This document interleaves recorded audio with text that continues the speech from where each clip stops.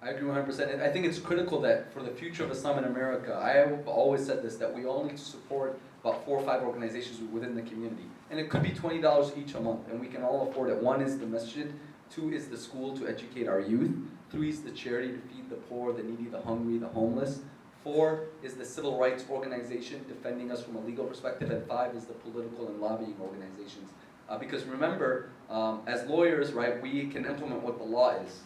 Right? And the lobbyists, they influence what the law is. And so we need each other. It's a very symbiotic relationship. So those 5 we should all be supporting, and we can all afford to support. And the best advice in terms of charity, subhanAllah, it's very similar in the Quran.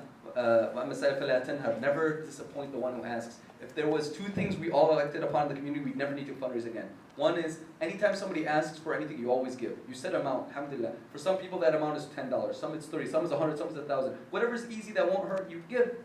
Whenever you're asked, make that as a rule. Anytime you get something in the mail from Islamic Relief, give, because it costs them at least $1 to send that to you. At least, if not much more, and we know how it is. So send $5 back. Make a rule, anytime you're asked to give. Don't you want Allah to give you every time you ask Him? Allah's going to get tired of giving you when you get tired of giving others. Of course, Allah doesn't get tired, but as a lesson for us. Second, so the first is give every time you are asked. Allah doesn't get tired of giving you, don't get tired of giving others. Secondly is set the automatic monthly donations for the causes you believe in, and I all believe that we can afford to support those 5 causes.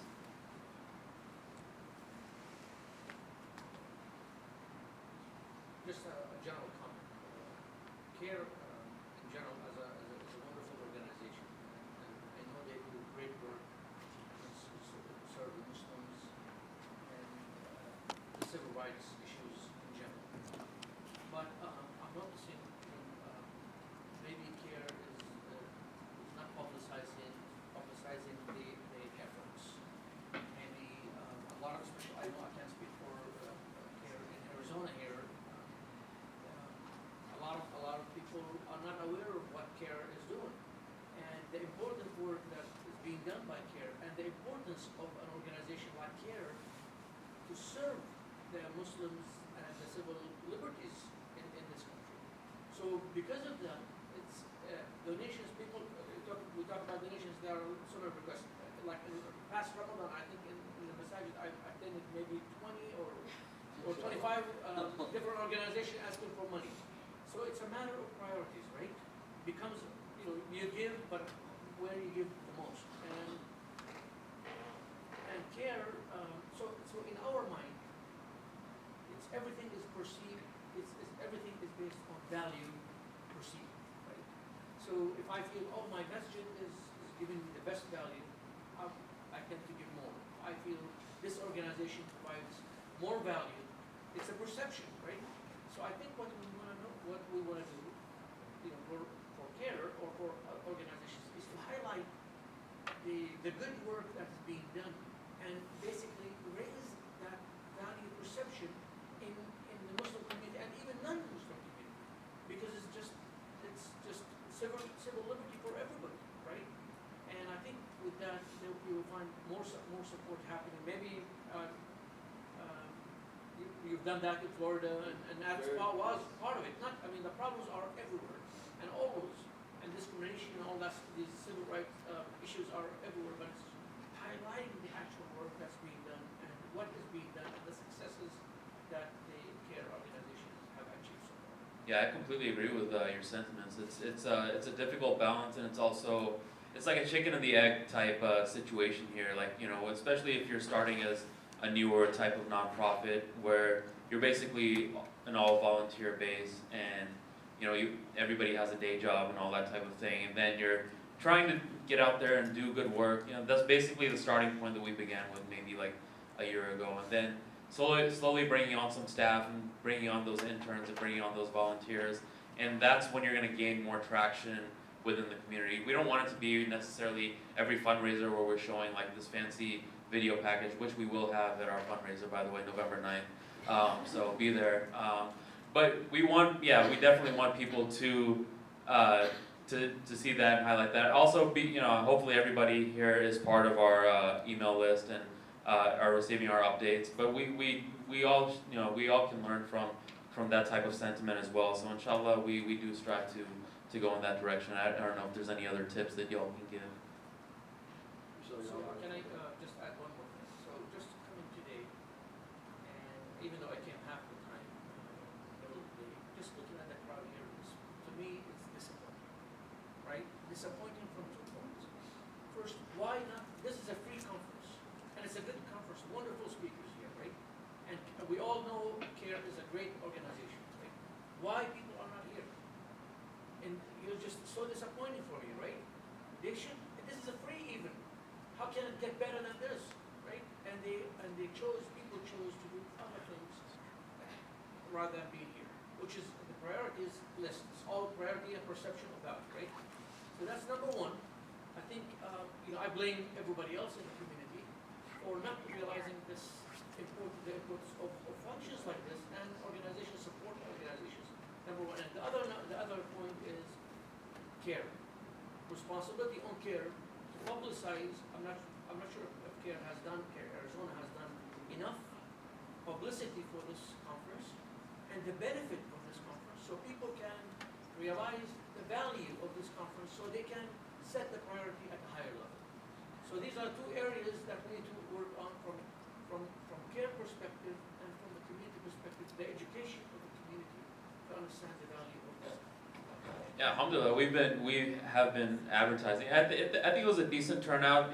There might have been some people that passed out after lunch, possibly. But yeah, we've been advertising pretty hardcore for this thing for the last, I would say, 3+ months. And it's also, it could be some type of disconnect in terms of virtual advertising.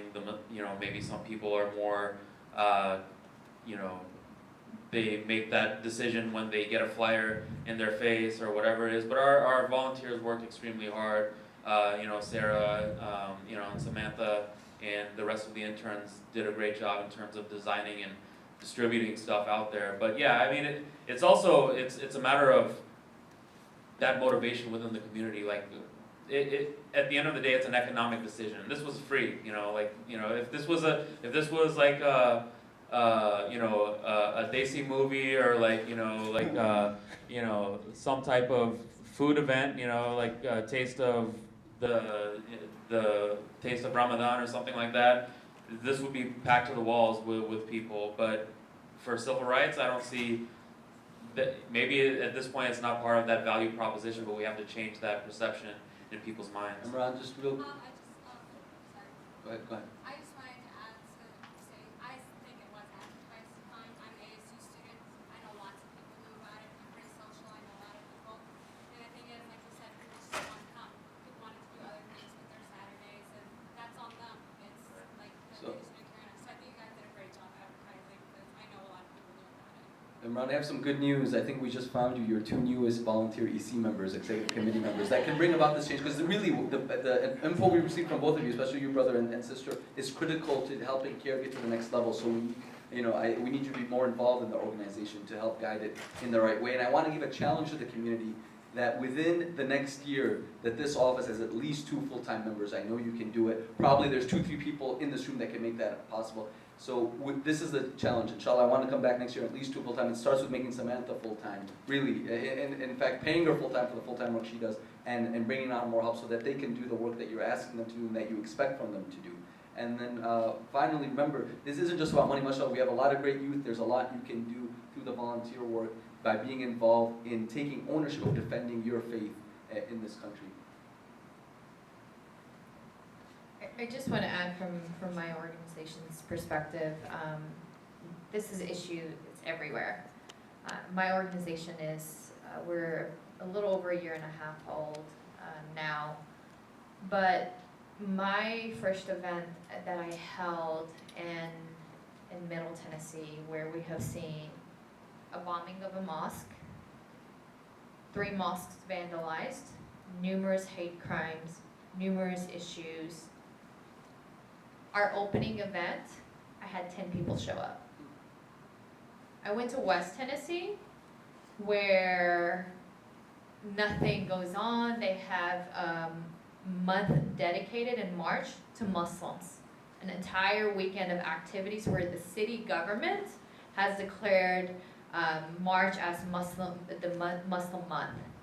And they do activities, and they have no issues. And I had 300 people show up to our opening event. So sometimes in our community, and I've seen this everywhere I traveled, when an organization is embedded in a community, they take that organization for granted.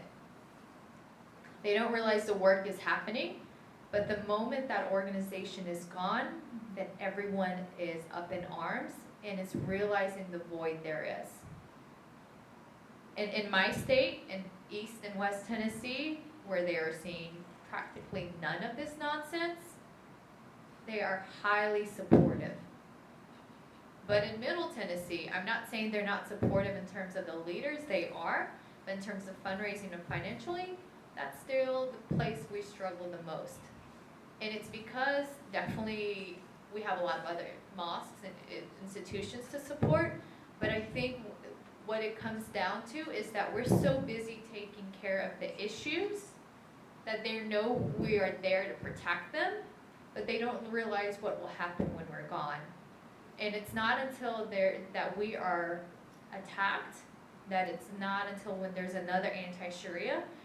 Having hundreds of people pour out to the state capitol, majority from Middle Tennessee when the anti-Sharia thing was, for me, that was worth it. It showed that they cared, but sometimes it takes an outside agitation for our community to realize the importance of supporting organizations within.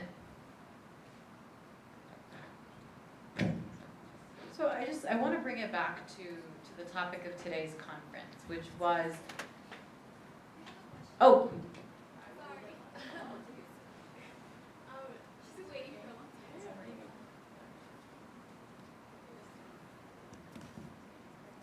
Okay, well I just want to say something in response to what you were saying earlier. I volunteer for CAIR. I kind of like handle social media a little bit, and well, I am personally on Twitter, and I have more followers than CAIR, and I tweet really stupid things. It's not funny or smart at all, but I think CAIR obviously has a lot more substance than what I have to tweet, and so I think it has to do with general interest. A lot of the times, civil rights issues, yes, they do go underreported, but if you really wanted to know, you can find out, and I think it kind of it goes both ways. So yeah, we did do a lot of publicity for it. We did like do blogs, and I posted it on my Facebook, and I also have a lot of friends on Facebook.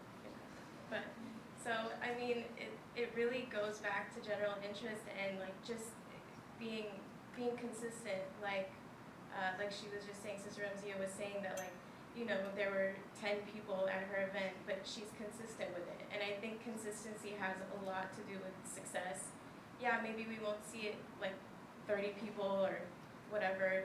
Like we won't see 30 followers on Twitter in one day, or we won't see 100 for a while. But like, I think the consistency in the tweets, the consistency in reporting things, and just like, even if you think you don't have an audience, there's one person listening.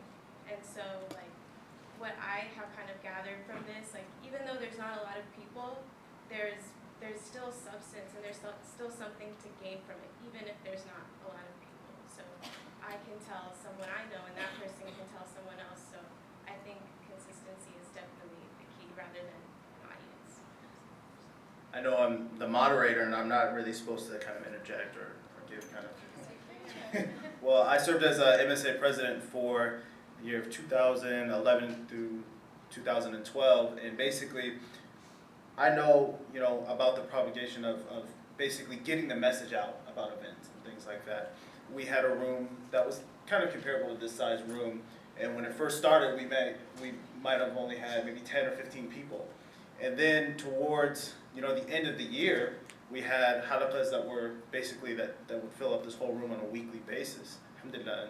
And one of the reasons and one of the ways that we got the message out was we kind of changed, through word of mouth, we changed the stigma of the organization from being kind of a, you know, one-sided kind of group to being a very cooperative, integrative, and panel format. So without even changing the subject of what our panelists are talking about, part of propagation of sending out that message and getting more people to come out relies on you guys through word of mouth, through talking to 5 people and be like, hey, you know what, I went to the CAIR conference and mashallah, it was really turned up.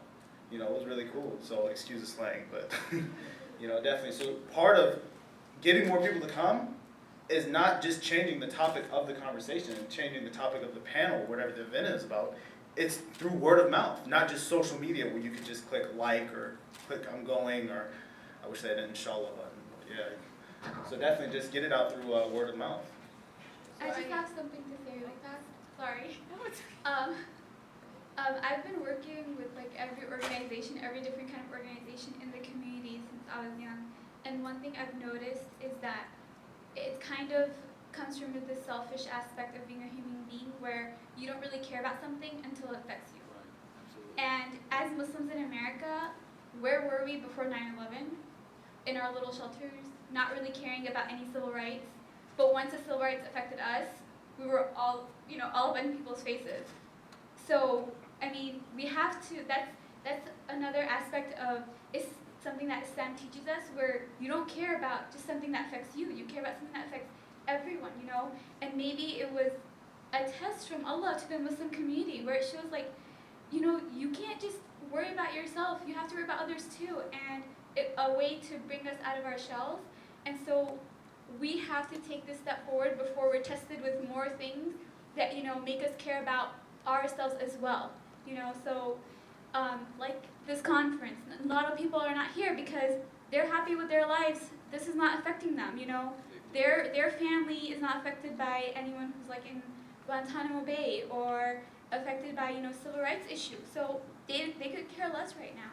And that's something that we really need to work on a personal level with people that we know, and maybe in the masjids too when we have halaqas and stuff like that, where you don't only care for yourself but you care for others as well, and you step up before it affects you. So that's just what I wanted to say, that our community needs to work on. So three really scattered points to, I think, bring us back to at least why I was here today. The first is something a Japanese American community leader said to us post 9/11. He said, it's natural to stand up and defend yourself, right? Like you have everything to gain and nothing to lose. You're the persecuted community, right? That's to be expected. If someone attacks me, I'm going to put my hands up to defend myself, right? What takes courage is standing up for other people. This is true whether it's the Muslim community being attacked, but maybe you think you don't feel it, or another community being attacked and you think this isn't relevant to me. Why? You have everything to lose and nothing to gain. It's someone else being attacked, right? And so that's a true test of courage for a community. All day today we've talked about Islamophobia and anti-Muslim sentiment and how we can push back.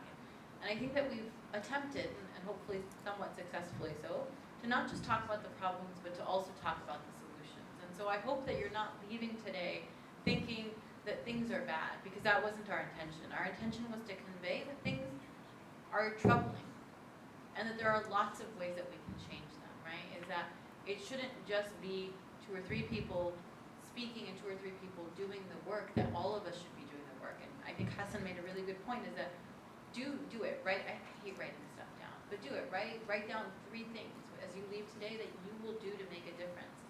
My brother is a student of knowledge, and we've been attending conferences for a decade, and he says to me that conferences, if you don't write anything down, if you don't make any commitments to change anything, are just entertainment. Better than television, granted, but they're really just entertainment, unless we make a commitment to implement what we talked about. So if you were in the session about making healthcare accessible and getting doctors involved in doing community work, or if you were in the session about talking to your elected officials, or maybe something we said about Japanese Americans and the war on drugs really struck you, like there's lots of ways to make a commitment. Maybe you have an idea. One of the things we talked about was fostering the creativity of young people in our previous session.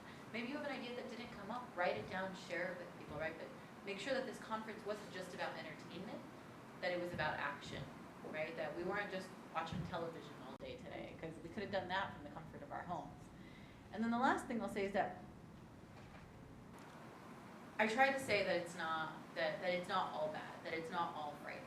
And I get that that's difficult, because it is sometimes, right? Like, I think that it's difficult for me to hear every time Ramzia says that there was a mosque bombed in her state. Like, that's so scary, right? I remember the morning that we learned the news of the Gurdwara in Wisconsin being shot up, and I had spent the night at the MCA, which is sort of the largest mosque in the Bay Area, in Ramadan, and so all of us had stayed for Tarawih and stayed for Hajj to worship, because that's what you do in Ramadan.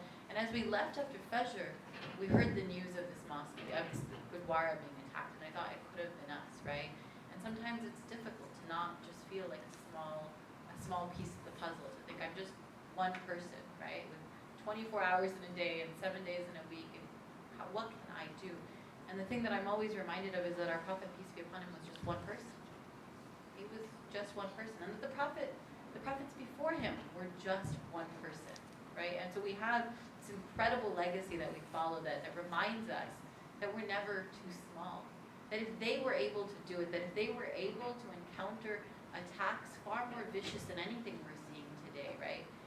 Then we can do it. And we're not just one people, we're a community, and that's our legacy, is that together we are strong.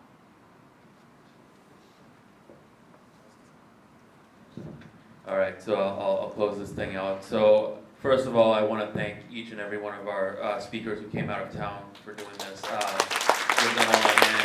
Rosita, really enjoyed your perspective on things. Zahra, really thank you for coming out here. And Hassan, once again, you did a great job as well. I'm honored to be your colleague and to work with all of you. Inshallah, hopefully we can do stuff like this in the future as well. To our CAIR staff and volunteers, Samantha, you did a great job in planning and executing this conference. This is the face of CAIR Arizona moving forward. I'm just a placeholder, so she's gonna be here long after me. But alhamdulillah, she did a great job, and keeping everybody together, and helping and organizing. Liban, our intern, Zainab, our other intern, and Sarah, who did a lot of the graphical and marketing work for this. All of you did an excellent job. So, and everybody who attended, we appreciate you taking your time out of your Saturday. You could be watching college football right now, but instead you're learning about civil rights. And so, inshallah, next time we will have something like this again for maybe once every semester. We'll try and make this better each time out. So, jazakallah khair, and assalamu alaikum wa rahmatullah.